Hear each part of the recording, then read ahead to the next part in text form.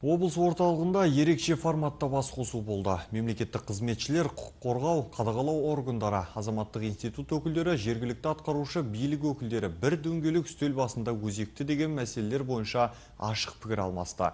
Бірін-бірі тыңдады, қысқасы болар іске бет бұрды. Дәл мұндай форматтағы басқосу бірінші рет өтіп отыр. Сірескен сценарий жоқ, басшымын деп микрофонға жабысқан шенді жоқ, еркін әрі ашық пікір алмасы болды.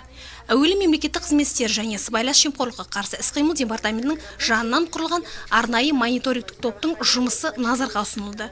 Топ жетекшісі Анар Ізден өзекті жайттерді жария етті.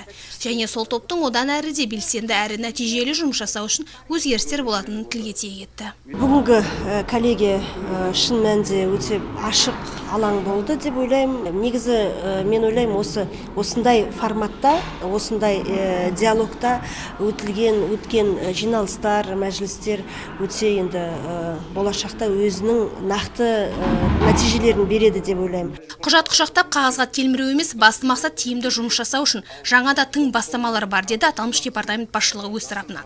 Бұл құптарлық. Жаңалыққа жаны құмар әкім ретінде Тасбөгет кентінің әкімі ерекшеленді. Бакуадин Шамуратов Open Space технологиясы бойынша қызмет жасауда екенін паш етті. Яки ашықтық форматында. Бүгін көшбасшы партияның съезі өтті. Біздің облыс осы жиыннан үлкен үміт күтіп отыр. Және өз тарапынан ұсыныстары да бар екен, облыс әкімінің орынбасары Серік Сүлейменов атап айтты. Съезде әлеуметтік мәселе маңызды аспект болып отыр. Облыс әкімінде осы съез барысында әлеуметтің әл-ауқатын көтеруге қатысты бірнеше нақты ұсыныстарын ортаға салды. Жергілікті билік негізсіз уәде бермейді, бәрін заңдылық аясында шешуді көздейді. Алдағы күндері оның түпкілікті нәтижесін жария етеміз. Басқосуда жиналғандардың сауал ұсынысы бүгінгі жауған жауындай көлік өсіру болды.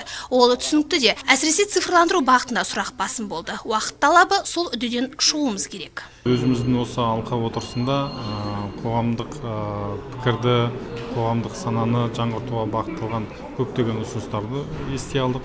Және өзіміздің осы алдымыздағы 2019 жылға жоспарланған біраз жұмыстарымызға сәл өзгерістер енгізуге шешім қабылдап отырмыз. Бүгінгі алқа отырысы менше азаматтық қоғамның белсенділеріне берер үлкен үміті болды деп айтсақ болады.